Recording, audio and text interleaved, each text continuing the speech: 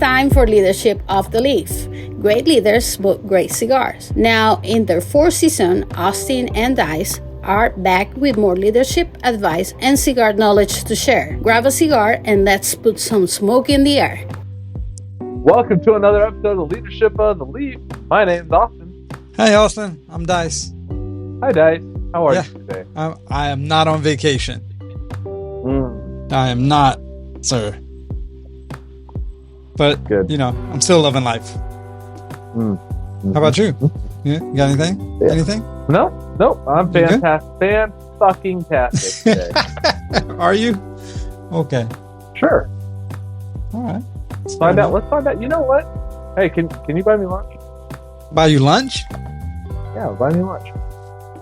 No. Hell Why no. not? Why not? I think it's ironic, but there's no such thing as a free lunch, sir. There's absolutely no such thing as a free lunch. And I would love to get into the brass tacks of it to share with you why it's ironic. What are we smoking, Austin? Well, this cigar was given to us. And the band is. I never want to pick this up, but the band is shit. It's a very generic band. Very generic. But it's a sample. It's a sample cigar. Let's put it as is. It's a sample cigar. But it's Maestri. Okay. 2024 Cavalier. It's a sample. And it's a Black 2 Corona. Yeah. If I remember correctly, it was given to us for free. It was given to us. Which I find it ironic because our whole subject today is just no such thing as a free lunch. In fairness, I want to put this out there. We got this cigar for free, but we're paying it back by reviewing it on air. Because we could have just smoked it and never said dick all about it. Yeah. Yes. Absolutely. But I felt it was important for us to smoke this cigar on this episode. Especially since you're drinking Sexton whiskey. Just regular whiskey, huh? No strings attached. No extra. Come on, come with it. Nope. What Hennessy are you drinking? Oh, I'm drinking BS. Yes, sir. Regular. Does that make you a really bad tipper? Yeah, I've heard that somewhere. I've heard that. Yeah. But I mean, you can just call it however you want to call it. Whatever you really want. You can say the real thing if you want. I mean. No, I'm not allowed. Fucking Hennessy tippers. I'm not allowed. I'm the wrong shade. Number one bad tippers are Hennessy drinkers. Okay, buddy. Yeah. Okay. Anyway. All right. So this will be interesting. I will say, first, right off the bat, this thing cut with a deep. I deep cut it. All right, attempted to, and it fucked the cap up horribly. The cap was already shit to begin with. I get it's a sampler, so maybe it's not a finished product. Yeah. But my end is like, it's like mushroomed out and shit. Like, if you look at it, it's all fucking like wonky and shit. Like you've been chewing on it or something, motherfucker. What you been doing? I went with a straight cut because I looked at the cap before I cut it, unlike my friend here. And I was like, you know what? If I try to deep V that, it's just going to fucking masquerade it. Masquerade or massacre? Both. All right. Are you arguing with a Hennessy drinker? Is that what's going on right now? Are you a Waffle House employee too? Because then I might be there. Oh my goodness! Stop it, sir. All right. So we got everything out of the way. All right. So no free lunch. There's no such thing as free lunch. Where the hell did that saying even come from? I know the first time I've heard it. The first time I heard it, I was in many moons ago. I was in economics class, and my teacher wrote back in the 60s. wrote it on the board. And he had me hooked ever since he wrote it on the board. I was like, why would he waste his time writing there's no such thing as a free lunch? There is such thing as a free lunch. And then, of course, after the class, I'm like, aha, there is no such thing as a free lunch.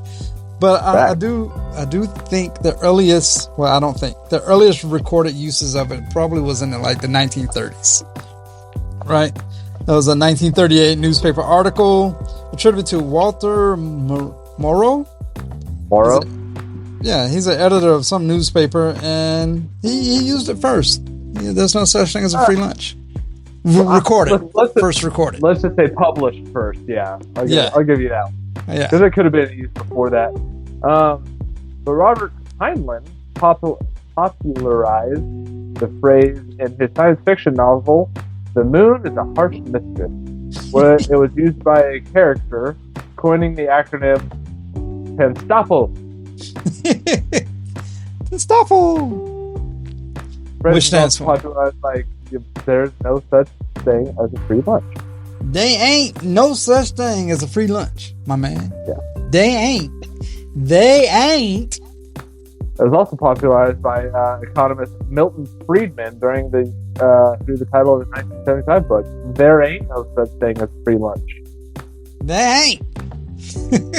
And it's also one of the 48 Laws of Power written by Robert Greene. Yeah. It says, Law 40, despise the free lunch. Pay full price, own your path, that's power. Yeah, it's one of those things like, if you got it, you should go ahead and just get it and pay for it. Pay for what, the value is or whatever it is. Because if you're always looking for that freebie or whatever, then you're kind of diminishing your own power behind it. Like you're trying to expect more for less, I guess you want to say. But I mean, that's what a lot of people look for. But there's some trickery behind that. And I guess we're going to dive into it a lot more. That way we can have a better understanding of how it relates to leadership.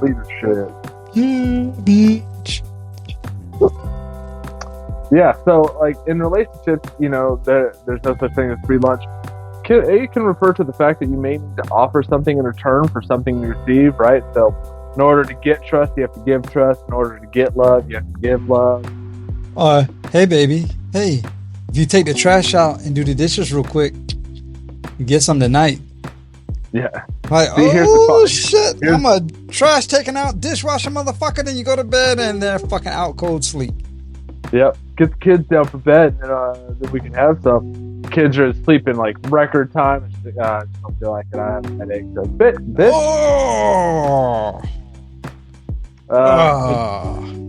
In physics, the phrase is sometimes used to illustrate the idea that everything requires energy. Which is funny because I just had a conversation about my kid because he asked me about he was drinking a milk, and of course, he was reading the news. He suddenly discovered the nutrients label, and he's like, 100 calories. What is calories? So I had to explain it to him. I'm like, calories is what your body needs to burn in order to function. It's basically like extra energy. And he's like, okay. I said, when you starve, meaning you don't eat it or drink anything, I was like, your body runs out of energy to perform the necessary functions to keep yourself alive. Keep your heart beating, your digestion moving, your brain functioning, all of that sort of stuff. Basically what you die from starvation is you just run out of energy. And he's like, oh, okay. I said, so calories is energy.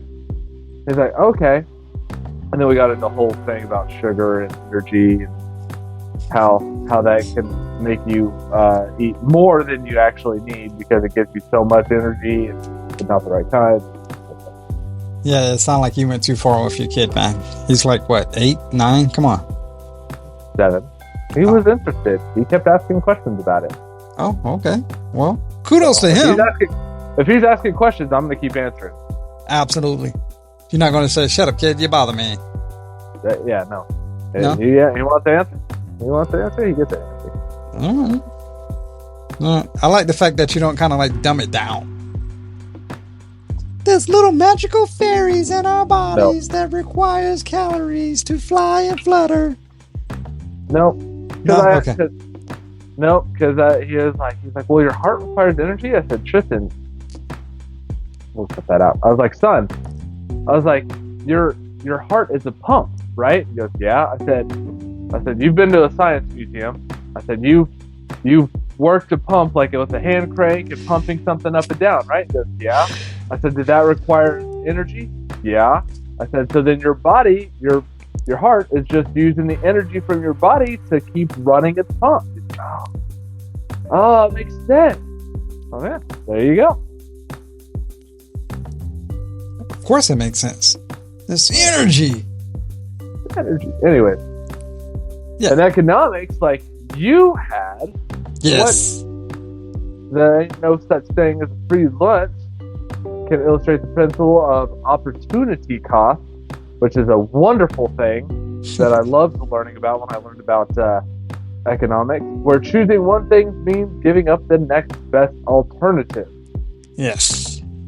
So if I go to a concert, I'm giving up the next best alternative of staying at my house in my underwear eating Cheetos.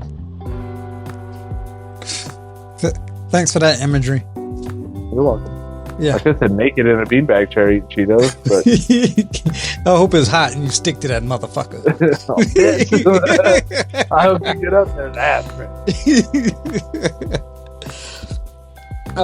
In short, no such thing as a free lunch is a well-established, I would agree, saying that reflects the fundamental economic principle that everything has a cost, whether it's obvious or hidden. Like this free cigar that we received. Like all the free cigars, pretty much, I don't want to say free because that's not fair to say, but all the sample cigars and stuff that we were given over time. Yeah. Like they get something from us. Yeah, free publicity. And sharing like really. Instagram's post. Really Yeah. It's not free because they gave us cigars. And we're taking time, so it costs time to share it with others. Good, bad, or indifferent. Right, yeah. Yeah, there's a psychology of free. Like, have you ever noticed how excited people get when they see the word free? Like, what's your favorite price, Dice? Free 99, baby. Free 99. I'll wait in line for free. Yeah. That reaction isn't by chance. It's actually how our brains are wired. Getting something for free gives us a quick rush of happiness, or what scientists call a dopamine hit. Dopamine is a happy chemical that makes us feel good in our brain, and it gets released when we receive something without having to give anything up. However, in the world of economics, behavioral economics exactly, experts study how people make decisions, especially when emotions are involved. One thing they found is the idea of free can cloud our judgment, right? Buy 3, get 1 free. When we think something is free, we often don't stop to ask questions or think about long-term costs. We just want it now. We want it fast. Yeah. I'm gonna hurry up and get it before they change their motherfucking mind. Shit. Buy 3, get 1 free. Woohoo, suckers. Needless to say, the 3 tires you bought were more expensive than the 4 tires you were going to originally buy. But because it said free, you were like, bitch, I want that free tire. Yeah. Or buy the extra value size at 33% more free. Like, wait, what? No. Yes. Yeah. Oh man. Oh, there's some real world examples out there. I mean, you shared a few, but I mean, probably number one, today's age, number one that I would say everyone fucking uses now is download the app now for free. Yeah. Play the games for free, all this stuff for free. And you played a game before, and like two rounds in, you already got ads coming up. Or you download a McDonald's app or something, and it wants to track your data. All kinds of stuff like that. So is it really free, or are you paying for it with your data? You paying for it with your looking at ad space, you know? Yeah. Free trial. That's another big one, you know. Oh, 7-day free trial. Yeah. And then you go, yeah. I'll do 7 days free trial, and I'll cancel it. It'll be fine. Next thing you know, it's been 2 months and you got hit. You're like, shit, I forgot to change it. But now I enjoy it, so I might as well just keep it. Yeah. And Like, then now I can't live they without got it. you locked in. Yeah. Yeah, now I can't live without it. Now they got you locked in. Or you just forget, like, oh my God, it's what, $25.99 a month after that first 7 days? Oh my goodness. Yeah. I didn't read that part. I just saw free. Free was just on my face. Yeah, exactly. Yeah, they do that a lot. Hell, behavioral economics is very interesting to me because I tangent real quick.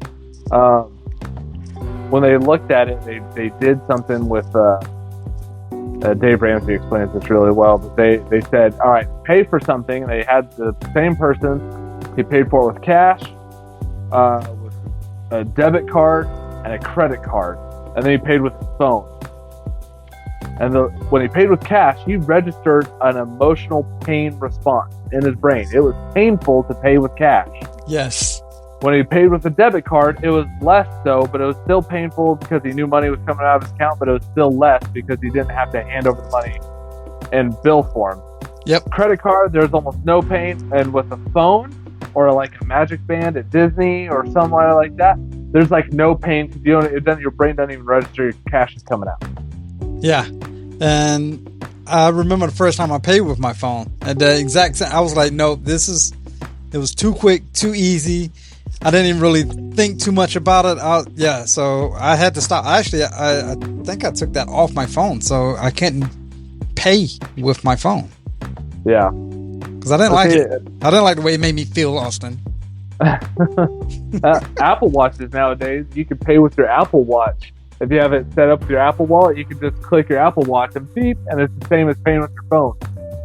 No, thank you. Oh my God. How you could accidentally do some shit like no thank you. Right, yeah. Beep, beep. Whoa, what the fuck was that? Like, thanks for the Hennessy, fuck boy, I'm out. Yeah. Then there's another thing, free Wi-Fi. Might expose your personal information to hackers or businesses that are collecting data. Data is a huge multi-billion-dollar business. Huge. Fucking huge. Look at Meta. If you ever question it, look, Meta is getting sued over personal breaches of data. And how it go? Just go look at fucking, what was it? Target. Target had a couple breaches. What was it? Wells Fargo had another breach of data. Like, people are just out there stealing data. Why? Because they want to know everything about you, so that way they can target you and try to get you to buy more. So if you're on free Wi-Fi and you're like typing in your bank account password, no, that may not be legit and may lead to somebody stealing your password or whatever. That's not the smartest thing to do, my friend. Yeah. What is your first third? I was just thinking about that. Yeah. It tastes like free. Kidding. Well, let's see. So the wrapper is Mexican San Andreas, and the binder is Filler Nicaragua. So it does have a little bit of spice. Well, I know you just looked at the notes. Coffee. I know you just looked at those. Those are educated guesses. I'm not 100% sure. I know. Like, okay. I'm using it to like jar my memory, but I'm like, there's a leather component there, and like maybe a grain, like an oat cereal grain type thing. Definitely coffee, leather, and I get a tiny bit of spice on the back end. a little zest. A little zest. Yeah, I agree with you. And the smoke output is actually decent. I mean, it's not a fucking chimney stack. Burn line is good. The actual cigar is actually pretty dark. That's why I went with Nicaraguan. Yeah. I don't know. We'll find out. Well, it says black on it, so. All right, where'd I interrupt you at? I see. So, for leaders, this psychology is important to understand. Just because something is labeled free doesn't mean it has no consequences. Leaders have to look deeper. They must ask certain questions like, what is the hidden cost? Is there a trade-off in time, control, or trust? How will this affect the team or organization in the long run? AKA trying to ask the questions of the bigger picture of saying, all right, what's really the business behind this? Yeah. As a leader, you have to be aware of how, free things affect decisions. If you can do this, you can stay smart, you can protect your team, make better long-term choices. Really, in leadership and in life, nothing is truly free, and great leaders can't ever forget that. Yeah. Because they're like, hey, look, you come with our company and you want to build this, we'll throw in this extra add-on for free. And it's like, hold on. That sounds great because I really love extra space for whatever, but what am I giving up for free? Yeah. Like what's not what's not being shown here? Is it you're going to do the add-on haphazardly and it's just going to be whatever leftover materials there are, so it's going to be a shit thing? Is it going to be not to my design specs? Is it like you're going to up the price of everything else? Like, is it going to add 6 months of time? What's going on? Oh, great. You just jarred in my head. A great example of that is switching your cell phone company. Come with us and get a free iPhone 16, 17, 18 Max Plus or whatever. Yeah. Like, what, you're going to give me $1,000 phone for free? All you got to do is sign this 3-year contract at such and such price. You're locked in and you get a free phone. But if you leave before that contract is up, now you got to pay for the phone. Like, wait, what? So how much are they really earning over top of giving you a free phone? Not to mention how much data are they going to get from you as well, because these phone companies got to be getting some kind of data from your phone. Oh, I'm sure. Yeah. So there's always something, right? There's always, you got to do this, and if you don't, if you leave before the trial ends, then whatever. Like, there's a lot of things. But when you apply it to leadership, emphasizing that nothing truly comes without cost or obligation, even if it looks like something's a free benefit or an opportunity, there's usually something expected in return. Leaders need to understand that every decision or offer can come with hidden responsibilities or consequences. I like to use the 401k match as an example, right? A lot of companies are like, hey, invest in our 401k and we'll give you up to a 5% match. Free. Yes. And it's like, hold on. What's the kicker? Oh, you just have to be an employee for 6 months, and then if we'll give you the match right away, but if you leave before 6 months or you leave before 2 years, you have to pay us that money back. Yeah. Like, or they take their money back or whatever, however it's done. But yeah, but that's one of the things you gotta really look in the bigger picture of everything that you actually apply it to, and that's what good leaders are going to do from the beginning or even near the end, or however, because of course you want to listen and hear it all the way out. You want to look for the catch or the hook. Some wise leaders may be weary of that free lunch because of stuff like the hidden costs and obligations. What appears to be offered freely often comes with strings attached, such as expectations, reciprocation, loyalty, or adherence to the giver's agenda, which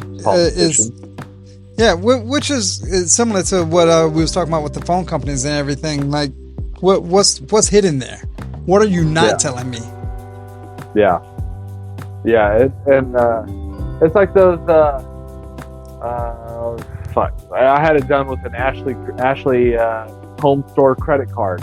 Oh, it's 90 days, same as cash. And then I read the fine print. Luckily, I read the fine print and I knew about it. But it was like, oh yeah, if you don't pay it off within those 90 days, we're going to add 26% interest dating back to the beginning of this. So it basically be 90 days of 26% interest added all at once. Like, wait the fuck, hold on.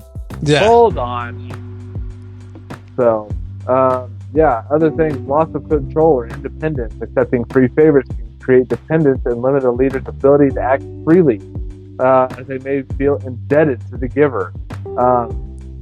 a lot of oil companies and like I say politicians, right? Like, Yeah. Hey, we'll give you this money. These oil companies or gun companies or defense companies like Raytheon or whoever, like yeah, I donated a lot to your campaign to get you reelected. Now I need you to vote this way on this bill so I can make it better for me. Well, I like those. I don't want to say I like, but those situations I have used, and I'm pretty sure you have used before too, almost in a reverse factor. Like, hey, Austin, I really need to take off at lunch today. I got some things I need to handle or whatever. Hey, go ahead and take off. Do what you need to do to take care of business. But in the future, on the back end, when we have to work late or some overtime is coming, I'm going to need you. Now, I don't want to hear you complain about it. I don't want to hear you cry about it. You got to think back to this day when I hooked you up. Yeah. All right. So just look at it in that way in the reverse form. Exactly what you said as in a politician format or something like that. Even as a leader, like you give up a little bit, like for the team, you did a little something, you sacrificed a little something on the sides just so your team can advance better and move forward with something. And then later down the line, that person come back and be like, all right, this is what I need from you. Whoa. Yeah, no, you're indebted to me now, sucker. So that's why, like when people come with, especially for me now, people come with like gifts or something, be like, hey, dice, hey, I was thinking, and here's a nice set of dice from a casino that's no longer exists and stuff anymore. I'll be like, I appreciate the offer, but I can't take it. Because if I take it, then later down the line, when something goes wrong with the job, you're going to be looking at me, be like, hey man, remember I gave you those dice? Come on, you can't hook me up. No, I can't hook you up because I got to do my job and I do it fucking very well. Yeah. But now in the back of my head, I got the shoulder angels like, he did hook you up with some dice you never had before. He did do this. He did buy you some Hennessy. Fuck. I want to hook you up, but I can't. Or can I do it? So I don't want to put myself in that position, right? Yeah. No, that's totally fair. There's only certain people that I'm like, I give to that I'm like, they would do it. I know they would do it for me, but I expect absolutely nothing in return. There's like, I could count on a hand how many people I would actually do that. I'm glad I'm not on that hand. Yeah, bitch. Yeah, because if I give you something, you know I want something in return. You know what I mean? You know what I mean? Yeah, you know what I mean. Give him that hawk. Oh my God. Oh no. Never mind. I'm just kidding. Speaking of, there could be a risk of being misled. Just like right now. Just like right now.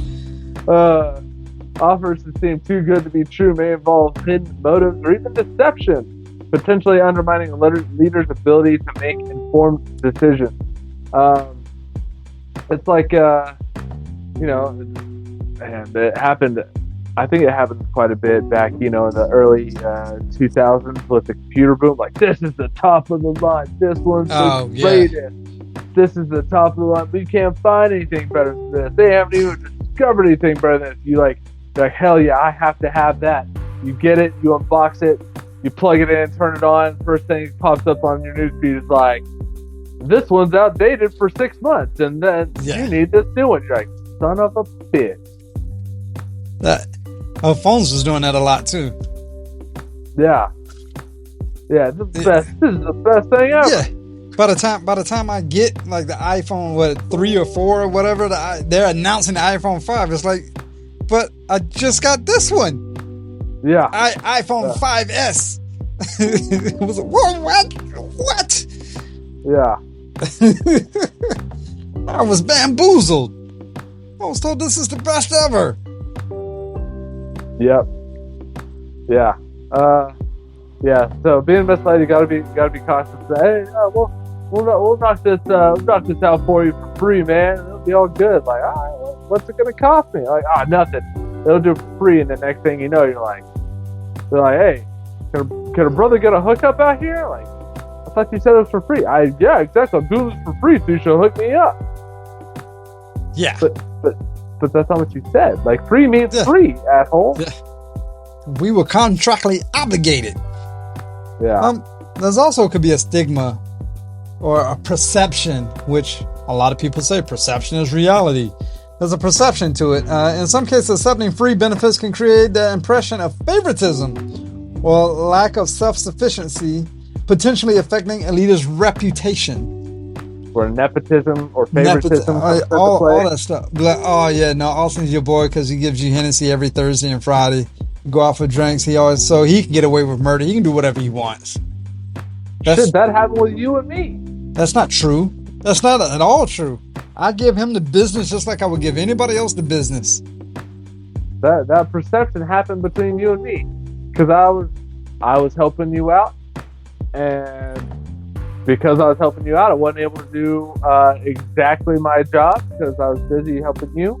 And they're like, everyone's like, "Oh, it's fine. Austin just has he's got the boss's ear. It's fine. He can get away with murder." So they saved all the shitty jobs for me. I'm like, you motherfuckers. Well, sorry you suck at life.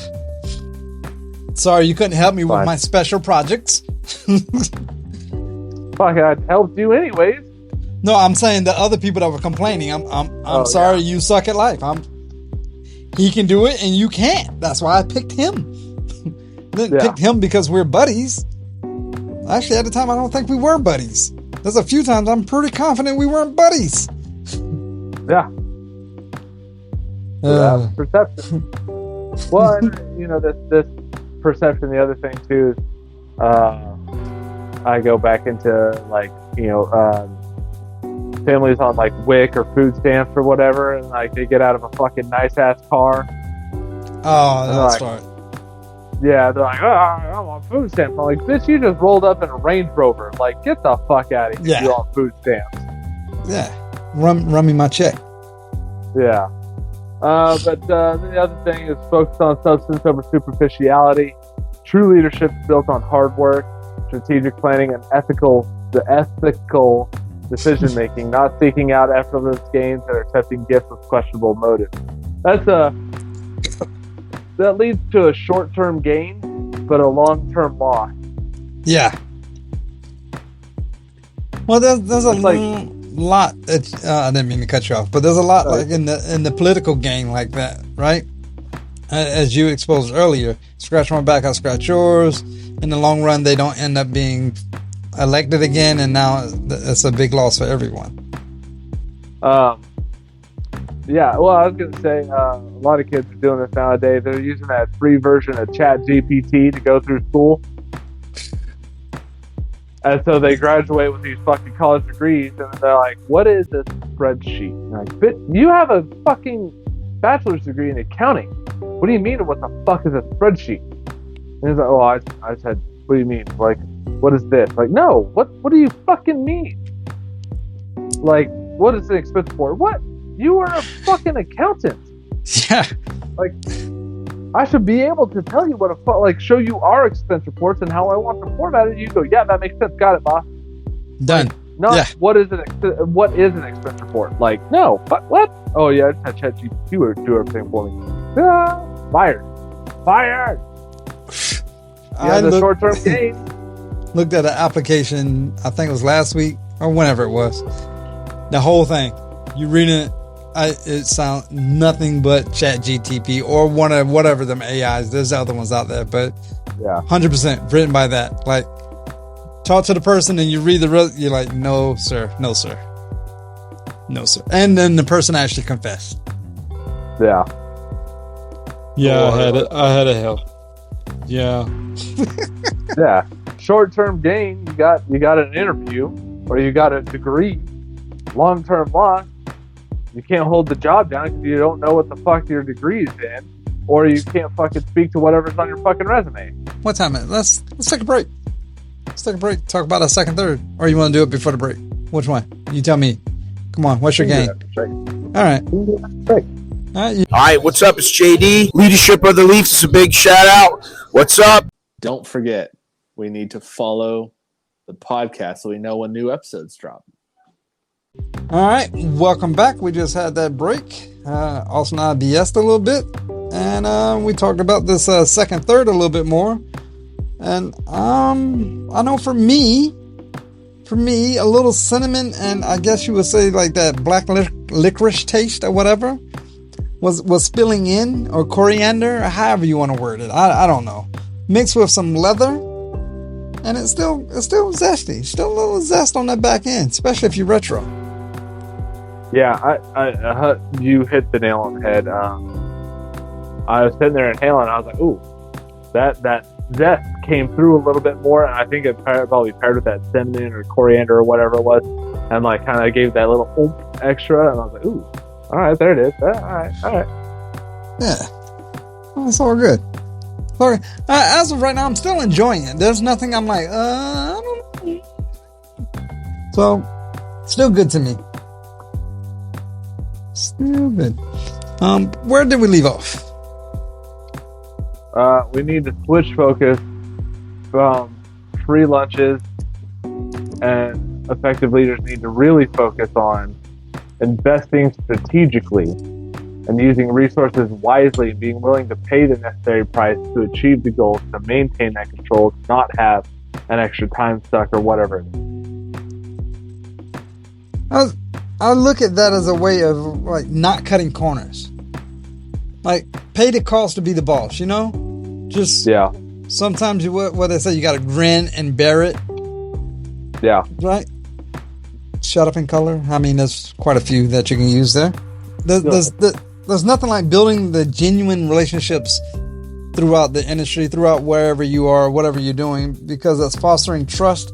It builds that collaboration base on, like a mutual respect. It opens up for shared goals. And instead of relying on favors or whatever, you're kind of helping each other out. Like, I'm not doing this for tit for tat or anything. It's one of those, like, I know you're good at this, so I need you to do this. Can you do this for me? Well, I can do it for you if you could do. No. We're trying to uplift the whole team. Once they say all the ocean rises. Yeah, that saying. You see, man, that's why I fucks with you, Austin. That's why I fucks with you. Yeah, that's why. No, so I have seen the limits of relying on favors, right? Like, I've had people and they're like, "Hey man, this guy he'll do anything for me. It's fine. Like, we're tight." And then he comes in and he's like, "Hey man, I need you to do me a solid." And he tries to call in a favor, and the guy's like, "I can't fucking do it, man. I'm fucking swamped. Can't do it. Sorry. Let's call in your favor some other time. I'm unable to do it." And it's like, "Oh, come on, man. I thought we were boys." Blah blah blah. No. Hard no. Can't do it. So relying on favors, it takes two parties, right? Like, so if you try to call in a favor and the guy's just not willing to do it, guess what? You shit out of luck. But if you have a mutual respect of, "Hey man, listen, I need this shit done, but if you knock this out for me, I'm gonna knock this shit out for you, because you good at this, I'm good at this, we get it together, we fuck with each other, we're good," then you're like, yeah, all right, sure, that's a lot easier of a sell than, "Hey man, I need you to do all of this for me because I have other stuff maybe that I have to kind of accomplish sometimes other way." You fucking owe me, man. Yeah. I don't owe you shit. You owe me, man. Yeah. The favors run out. Like, the goodwill runs out eventually. Yeah. And I've seen leaders where they got so far and then they run out of steam. And they're like, I need this done. Like, oh, go fuck yourself. Like, you sat there and not done shit all fucking day. I sat there and watched you look at YouTube videos all fucking day, and you didn't do this fucking work. You want to sit there and tell me now I need to fucking do it? Get fucked. You saw me watching YouTube? Yeah. Oh. I mean, I was busy. No, you weren't. Oh. I had that shit happen. I had here. I'll tell the story. So I was working in an office. There's 4 of us in an office. We had the team leader. We had basically like a production superintendent, and then it was 2 admin people, and I was one of the admin people. And the other admin person got tasked by the team leader and said, "Hey, I need you to knock out these reports, whatever it was." And so she's like, yeah, I'll get to them. Turn around a whole shift, and I came in on night shift, and she just goes, "Hey, team leader needs you to do these reports." I was like, "Oh, were you like, how many did you knock out? So I could know, like, hey, you knocked out this many, I knocked out this many. Blah, blah, blah. And she's like, oh, I wasn't able to get to it. I was super busy. Well, the third member of our team, the production superintendent, was like, bro, she wasn't busy at all. She literally sat there looking at cat videos on YouTube and looking up stupid shit on fucking Reddit all fucking day and didn't touch those goddamn reports. I was like, you gotta fuck shit me, man. So I made the executive decision to not do dick all with those reports. And I turned it. I talked to the team leader and I said, I ain't doing these fucking reports. She's like, why do you have the report?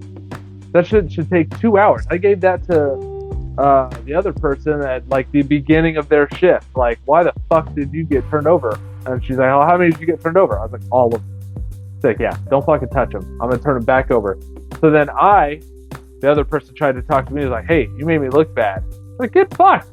You didn't do anything. And she's like, well, I thought you owed me for going and picking you up lunch one day. I was like, that ain't fucking picking up lunch one day. Ain't fucking 2 hours worth of work that you were assigned, bitch. Like, especially when you didn't do fuck all. I like their how favors ran out. I like how the situation you just described, right? Your exact story. How all of a sudden now the contractual obligation came into play after they got called out. Yeah. Now let's play devil's advocate here. Let's say, hey, Austin, I got these reports at the beginning of the shift or whatever. I'm gonna be honest, I didn't really do shit with them. I did get you lunch or whatever that one day. If you could just hook me up to kind of like, help me out or whatever. You probably would have had you probably still wouldn't have done them, but you probably had a whole different feels about that whole situation as opposed to telling me after the fact. Like, remember the time I got you lunch? Whoa, what the fuck? As opposed to out of nowhere bringing up something that you did or they did like 3 weeks ago or 6 months ago or some shit like that. Like, what? Well, here's the other kind of funny part about that whole situation. Like, well, I got you lunch that one day.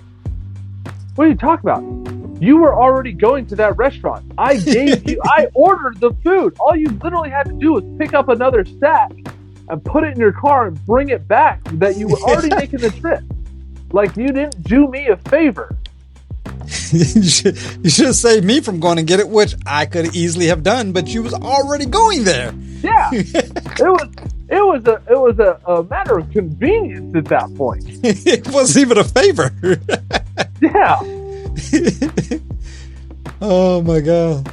But it's funny like that because that's exactly what we're talking about, that whole free lunch thing. Like, now that person felt obligated that you owe them because they supposedly had did you a solid.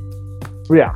That's what you want to be aware of. That's exactly it. I mean, and she was a person to rely on favors. She talked to everybody, be nice with everybody, and she'd use up that goodwill. Because you have goodwill when you first meet somebody. You're like feeling them out, and you're like, oh yeah, we get along. Sure, I'll help you out one time. And then like next thing you know, it becomes a fucking like habitual thing, and then people just get pissed off and like, I ain't helping you out ever again. Yeah. And she relied on favors. Her favor ran out. And so she got fucking hemmed up for it. I don't know what she wanted me to say. You're burnt. Yeah. But, the other aspect of this is taking responsibility, right? Acknowledging that everything has a cost and making deliberate decisions based on values and long-term vision. Hey, I need to start a new process.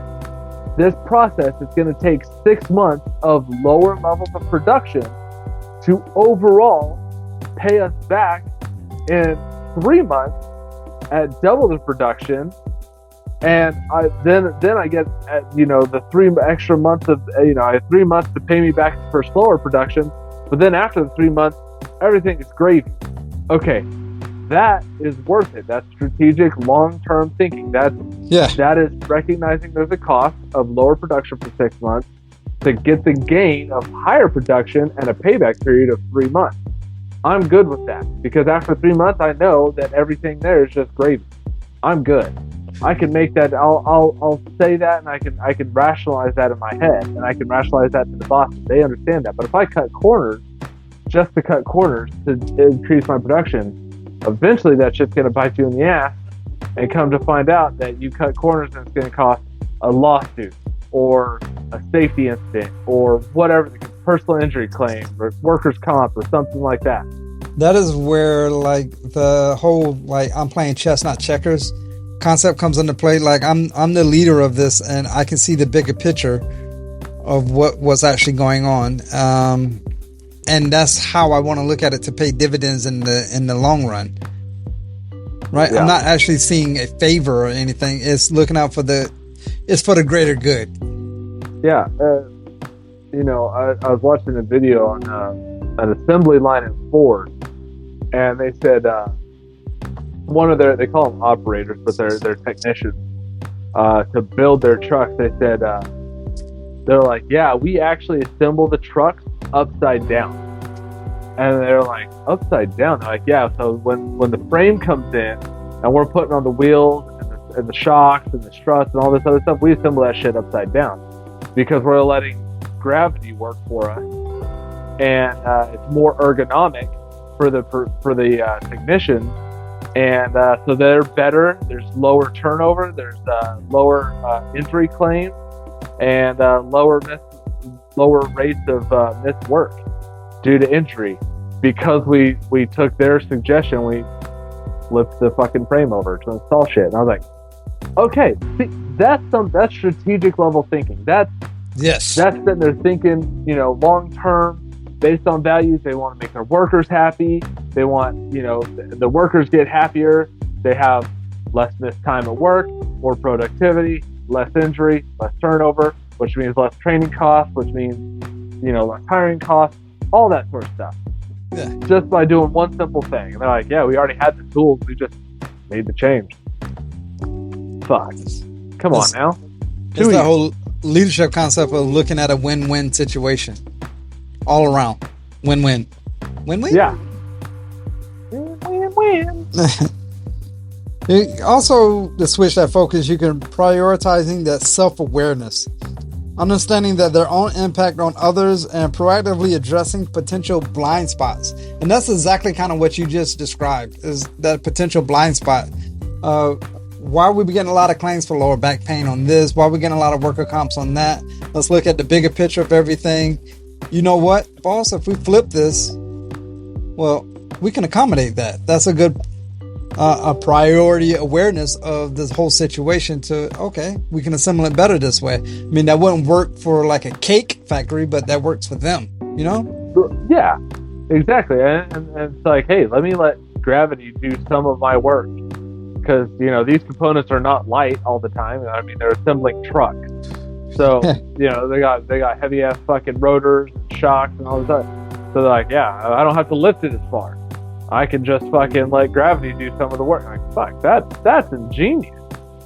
You have to lift it up and over. You just lift it up and attach it, and it's like, yep, already good to go. Yeah. Like, yeah, fuck, that's great.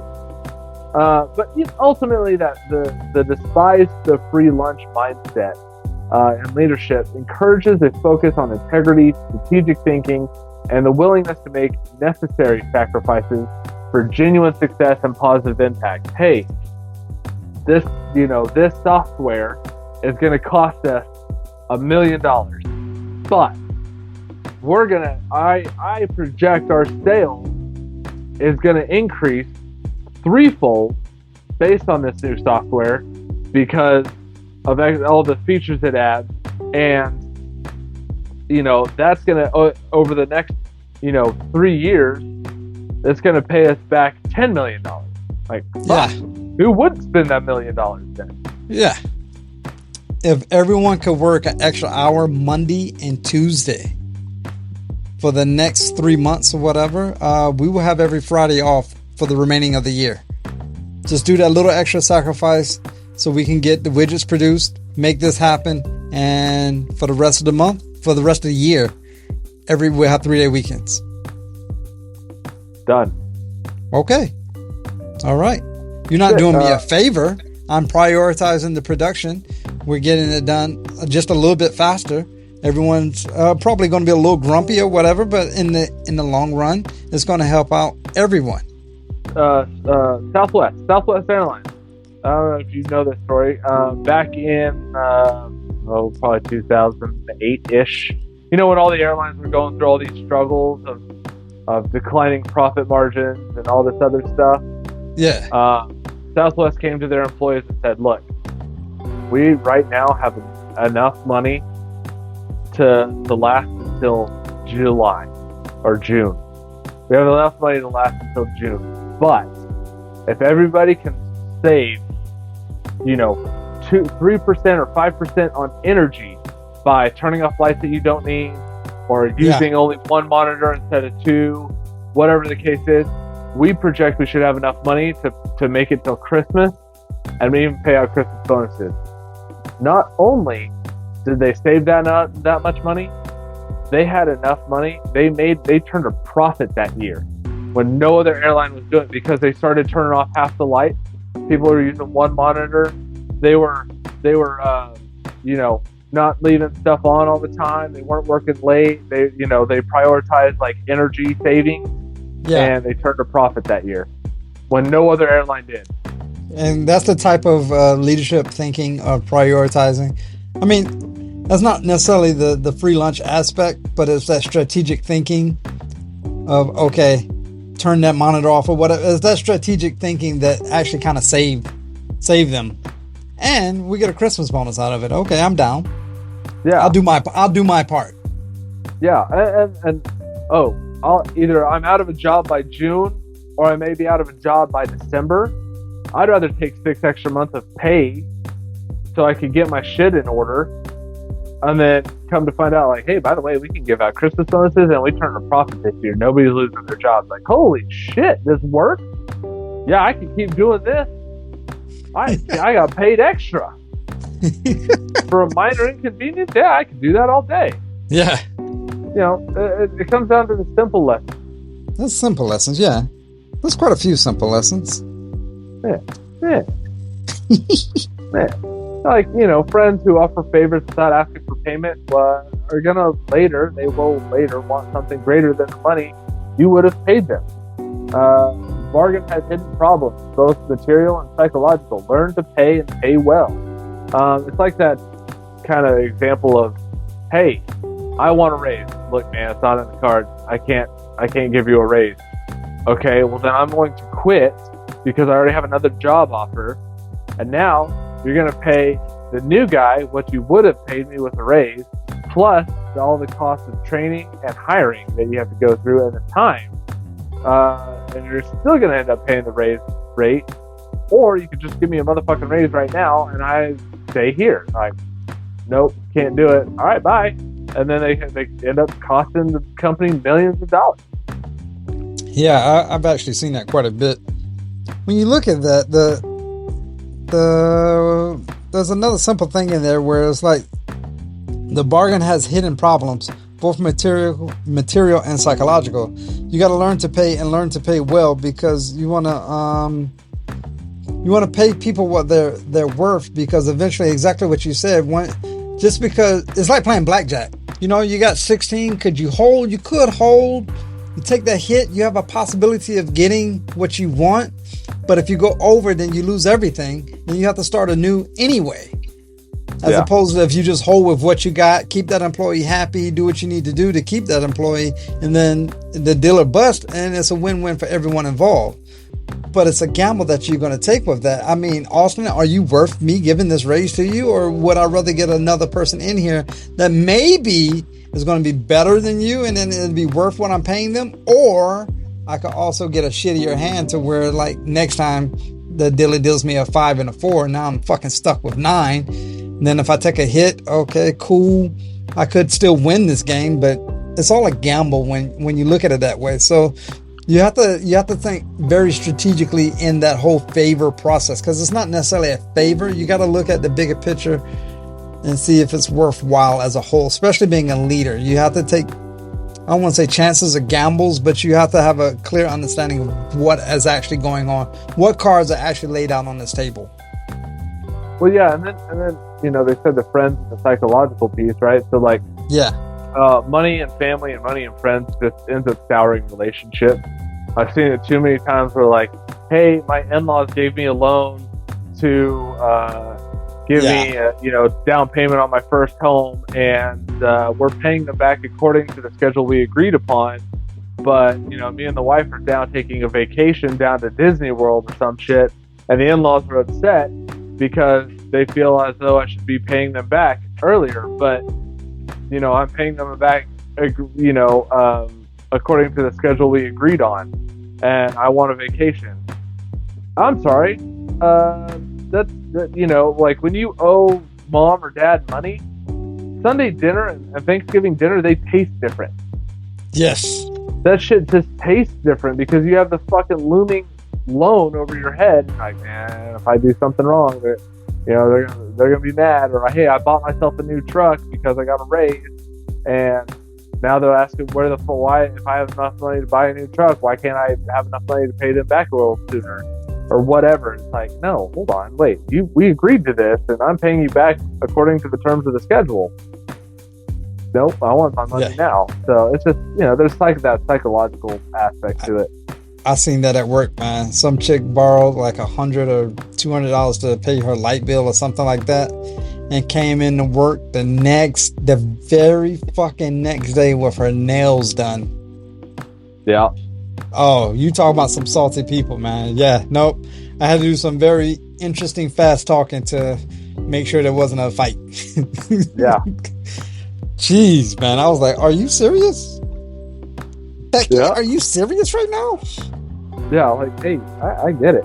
And that's why, like I said, if I only give money to somebody without any expectation of return, and there's only a handful of people in the world that I would actually ever do that for, and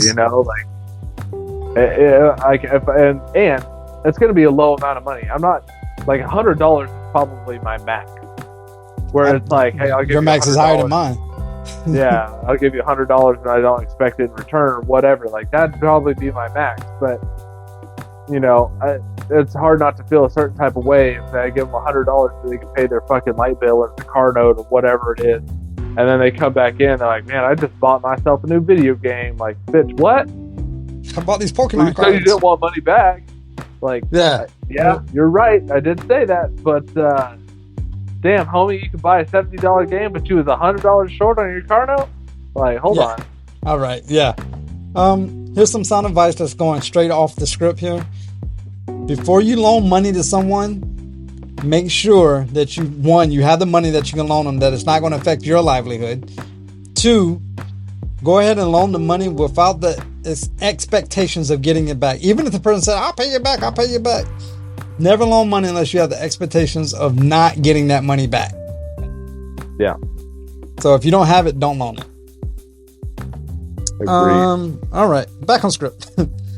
You want to bet your deceptions with the possibility of easy money. Generally, not everyone, but generally, people are essentially lazy and want wealth to fall in their lap rather than work for it. And you can see it on these TikToks and the YouTubers and all that stuff, because they go on there and they flash all this money without the expectations of people actually knowing they don't have it.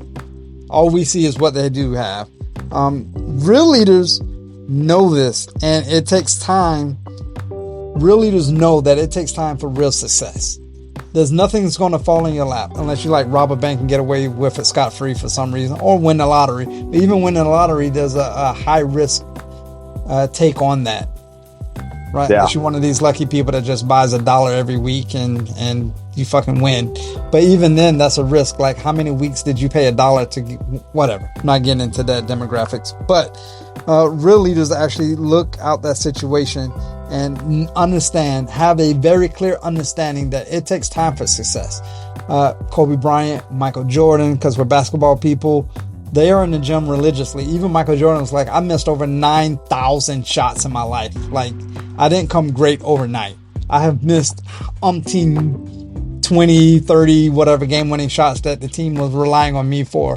But yet, we only look at the ones that are successfully made, right? Yeah.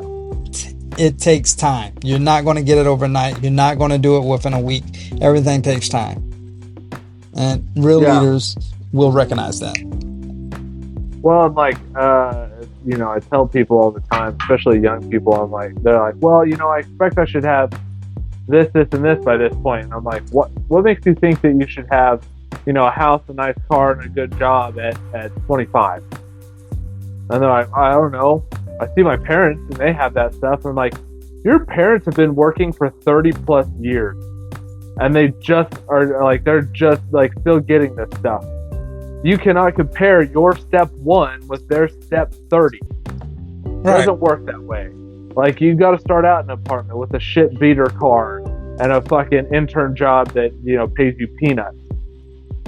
And then you fucking put in the hard work and you work your way up to get that nice job. And then once you get that nice job, then you start saving and scrounging for that house and that car and stuff that you want. You keep building and doing stuff. It takes time. Yeah, there's no overnight success, people.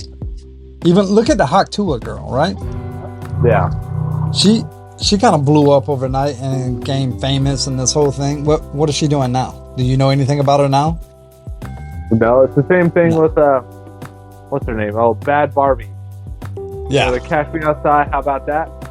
Like, yeah. She had this music career, but it hadn't gone anywhere. But you know, it's the whole fucking thing. So it's like, you're fucking stupid. You know, but for a small sum, sell them advice on how to make millions.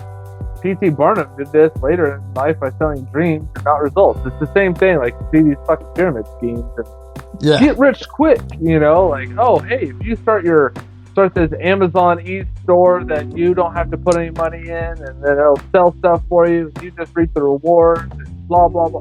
Nope, that shit don't work. That shit don't fucking work. It doesn't work overnight. These people that are saying it, I'll now make $300 a day because of this. They've done it for probably 10 years plus, or however long plus. It didn't happen overnight. It did not happen overnight, and I guarantee it didn't happen within a month.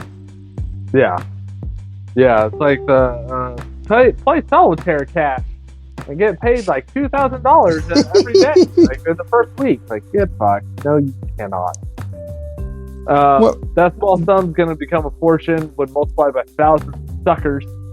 And great leaders share their advice because they want people to grow, not to try to make money. Yeah, it's one of those things like you want to see. We said it before. You want to sit at the foot of masters, right? A true leader, because P.T. Barnum or whatever sold a dream with no actual results, right? He just sold the dream. A true leader or whatever is going to share information, advice, all this stuff to you, and he's not going to charge you for it. They're not going to charge you because a true leader wants everyone to succeed. I want you to succeed. I want you to become my competition, and this is how I did it. Yeah. Oh, how much I owe you? No. You don't owe me. I'm trying to teach you the game for free. Yeah. It's those are the people that you know, like insurance salesmen, when they start throwing big words at you and shit. You know, like they tell you something. You're like, wait, I don't understand this. Like, no, don't worry about it. But this is going to pay you X amount of money over years. Like, how does it pay me X amount? And then they start trying to explain it to you, and it's so convoluted, you get lost. You're like, I don't understand this. And they just keep saying it, and you're like, whatever, I'll just sign the fucking paperwork. Yeah. So they sold you on a fucking dream, not a reality. Yeah. What's the best? The timeshare salesman. That's that guy. Yeah.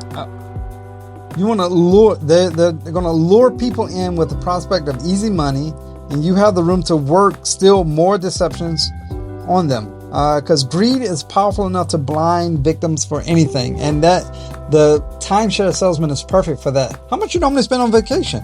Look, if you was to do this and this and this, and practically you own part of this building. Look, what? I own part of the building? This is fucking amazing. But it's all just a scam or a trap in the first place in the beginning, because they're trying to lure the person not to see the bigger picture of everything that's going on. They're hiding it. Yeah, I had car salesmen do this to me.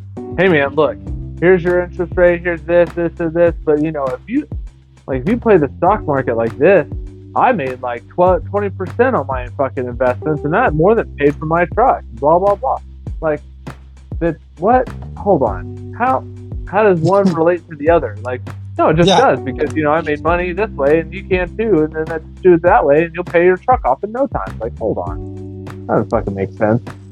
You know, a great leader's not fooled by flashy promises, and they're not going to lead others down that path either. They're going to sit there and go, hold on, this doesn't make sense. Look at that a little bit closer. Yeah. Read that fine print. It's one of those things where it's said that half the fun is teaching a moral lesson. Greed does not pay. And that's true, because leadership isn't about results, it's about character. Reminding people that greed doesn't pay is part of building a team that values honesty, fairness, and long-term success. And I look at that as the aspect of, I'm pretty sure you've done it too. When I've ran a crew, there's certain times and where they want to take shortcuts, or if we do this, it'll make it much faster, or anything like that. And I'm like, well, in the long run, it's not going to work, because you're going to end up repairing it, or you're going to end up fixing whatever your shortcut was 2, maybe 3 months down the line, a week down the line, however long down the line, you're going to have to do something with that shortcut that you just did. If you just do it right the first time, we don't have to ever worry about it again. The widget will roll out the door, and we won't see it for another year or two. Right. I had to talk to my kid this today. He did a terrible job brushing his teeth, and I was like, "Look, man, I can still see all this food on your teeth. Go back, brush your teeth again." And he's like, "What?" I said, "Look, you're trying to get it done fast so you can do other things." I was like, "You didn't do it well enough the first time. You didn't make time to do it right the first time, so I'm going to make you make time to do it right the second time." Yeah. And he got frustrated, and I was like, "Just do it right." And I was like, "You realize that if you had done this right the first time, we wouldn't be wasting this time brushing your, this extra 2 minutes brushing your teeth again." Yeah, the iPad is going to be there. The Roblox is going to be there. Whatever your kid is into will be there. But later down the line, your teeth will not. I'm saving you a lot of fucking headache and pain, buddy. Trust me. I'm trying to instill the values of honesty, fairness, and long-term success. Brushing your teeth is a long-term success. Yeah. For leaders, this is going to be an important reminder. A deal that seems too good to be true probably is. It's probably going to have hidden strings attached. A favor, a partnership, or a shortcut that appears free could later cost trust, control, or create unexpected problems. Strong leaders ask, "What's the catch?" before accepting something that looks like a free win. They think ahead and make sure they understand all the risks before making their decision. Hey, step right up. Step right up. All you got to do is throw a ball through the hole, and you win yourself a prize. What's the fucking catch? Right. Oh, the ball is just barely big enough to fucking, fit in the hole. Yeah, get fucked. Yeah, I was upset because younger me at the fair. I know you've been to a fair. Yeah. Where you shoot the basketball in the hoop, and especially younger me, I was like, man, I'm fucking amazing at basketball. I can make this shot all day long. I didn't know till years later, like, that rim is smaller than the regular rim. I didn't know that. I didn't know that at the time, so I'm like, oh, this is easy. I just got to make one shot. 3 balls cost how much? $10 for 3 balls? And I win the Big Bear? I don't even care about the Big Bear. I couldn't even tell you where that Big Bear is today. Exactly. What the fuck do I care about the Big Bear? But I was young, so I had no court vision to see the bigger picture. Like, who gives a fuck about that bear? The rim is smaller. Like, what's in it for me? Absolutely nothing, other than the fact that I want a big bear that I can give to whatever girl I was with at the time. Yeah. Now I look at it, I'm like, who gives a fuck? Get bent. Yeah, I tell my kid all the time. We go to these little, fairs or Six Flags or whatever, and they have these fucking things. And I'm like, he's like, Dad, it's only like $10 to let me try to bounce the ball off the board and like let it drop in the bucket. I'm like, dude, those balls are bouncier than they seem, and you're not gonna fucking make it in that goddamn hole. I swear, it's not gonna drop in the bucket. Like, there's a way to do it, but you're not gonna listen to me to get it done. And we're just going to end up wasting $10. There's 2 things to that. So let's say I could buy that Big Bear for $10. I could do that all day long. I can buy you that fucking Big Bear for $10. And we can go to Target right now. I'll buy it for you. $10, probably even cheaper. Or 2, you do make it in the basket and you're like, oh shit, I fucking won. Then the fucking guy reaches under the counter and pulls out this fucking trinket, this fucking keychain teddy bear. Or you can trade up. What motherfucker? Yeah. Wait a minute. Hold on. What? Yeah. Shoot. We went to fucking like one of those Dave and Buster-esque places. It was called Round One. Oh yeah, I love Round One. Yeah, so and I did it because I was having I spent the money to play because I wanted to have fun with the kid. I was spending the money to spend time with the kid. That's what you was looking for. Yeah, I didn't give shit about the fucking toys, but he's like, Dad, we have got to go get more tickets. I was like, why do we got to go get more tickets? He's like, you need to spend more money so we can go get more tickets. I'm like, why? They showed me this fucking. It was a light up Boo lantern, like Boo as in the Mario Boo. Yeah. The ghost. It was this like lamp. So I fucking scanned the barcode on Amazon. That lamp cost $15. I was like, bro, I can order this right now for less than it's gonna cost for us to get enough fucking tickets to buy that fucking lamp. And then he looked at something else, like, we need this too. And I'm like, I've seen that. It's at Dollar Tree. I can go buy that for $1 right now. And I was like, and it's 700 tickets. You know how much money we have to spend to get 700 tickets? Fuck this. Yeah. I bought us the game card because I wanted to have fun and spend time with it. I didn't give two shits about the tickets. But yeah. So the next time something looks like a free lunch, pause. Think about it. Figure out where the catch is. Figure out what you're like. Don't be distracted by free. You know, like I want that dopamine. Yeah, but they do this. They do this. Like pizza companies do this. Did you know that fucking a large pizza has like more surface area than two medium? What? I'd rather buy two mediums. So you buy two mediums for, call it $6.99 a piece, when a large is $10.99. Fine, Austin. Fine. Just saying. But because it's two is more than one, obviously you're getting more pizza. Oh yeah, definitely. Well, you know, whether it's a favor, an opportunity, or a deal that seems too good to pass up, remember, everything has its cost. It may not be up front, but everything has its cost. You buy that 2 pizzas, you're actually getting less pizza than if you paid less money for a large pizza. I get it. As leaders, our job isn't to chase results, it's to protect our teams, make smart decisions, and lead with integrity. True leadership means asking the hard questions, seeing beyond the surface, and staying grounded in the truth that nothing meaningful comes without effort. I tell my kid all the time, anything that's worth doing is worth doing well. Yes, absolutely. I try to do that, especially my kid and washing dishes. Oh my God. Like, you want food poisoning or something, kid? Are you trying to kill the family? What's going on? Do it well. Do it right the first time. It's one of those things where you know what? Let the world chase those shortcuts. Let others chase that easy win. Let do all that. As a great leader, as a good leader, as a up and coming leader, or whatever leadership role you're going to be in at a time, stay focused on building something that's real. Stay focused on building something that is worthwhile. Don't look for that free lunch. All right, final third. Oh, my final third. And you want to know my final third? That's going to come at a cost, my friend. Cost of hearing you speak. Yeah, I know. Well, for me, the coffee-ish cocoa kind of came back in. I really enjoyed it. It was still spicy, that zesty kind of spice to it. I really enjoyed it. The leather is still undertow, I guess, for me. It finished very well for me. I don't know if it's a mind trickery thing, but when I hit the gold, oh yeah, we didn't mention that. I'm gonna mention that. So we smoked during the show.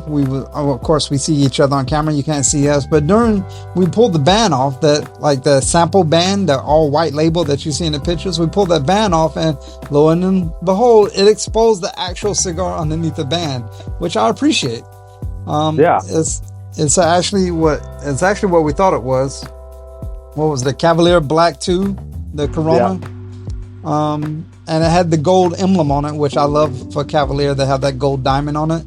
Once I hit, it could be a mind thing, like I was saying. Once I hit that gold, it actually like smoked better for me. I actually enjoyed it a little better. So whatever they are doing with that gold diamond actually worked on me. So I don't know how you feel about it. I agree with you. I think I got a little bit of black licorice towards the end. Yeah. There's still a little bit of spice on the end.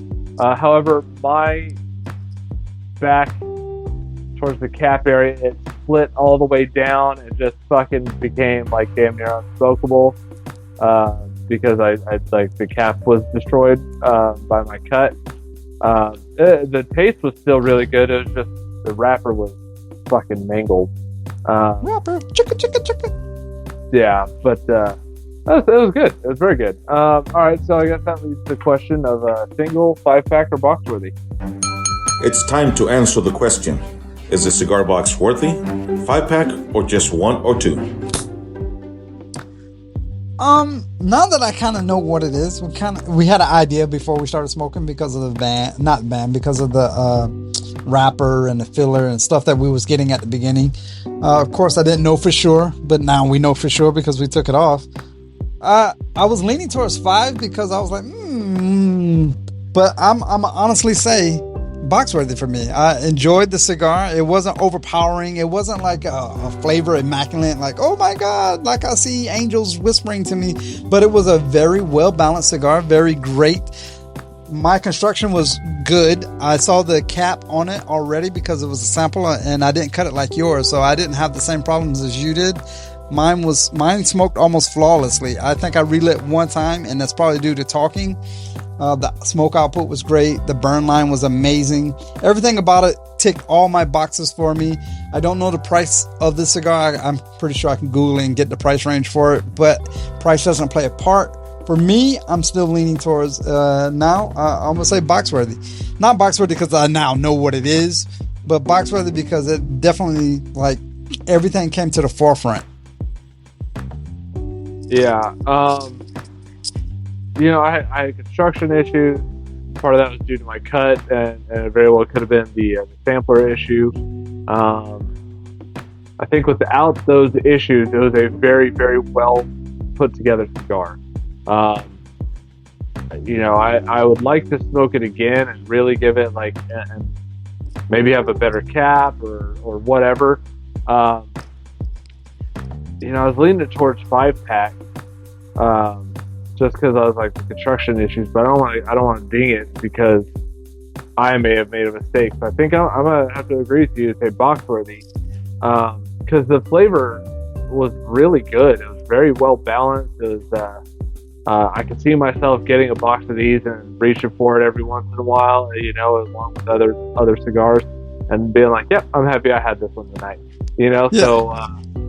So normally 5-packs are I'm kind of like, well, I'll smoke it every once in a while. Like, no, I could smoke this one, several nights in a row. Be like, yeah, I'm happy. Like, I'm happy I had this cigar. So I'm gonna go box worthy and hope that I have better construction issues. However, if I have the next one I smoke has the same construction issues, I may revise it back down to a 5-pack or something. But we'll see.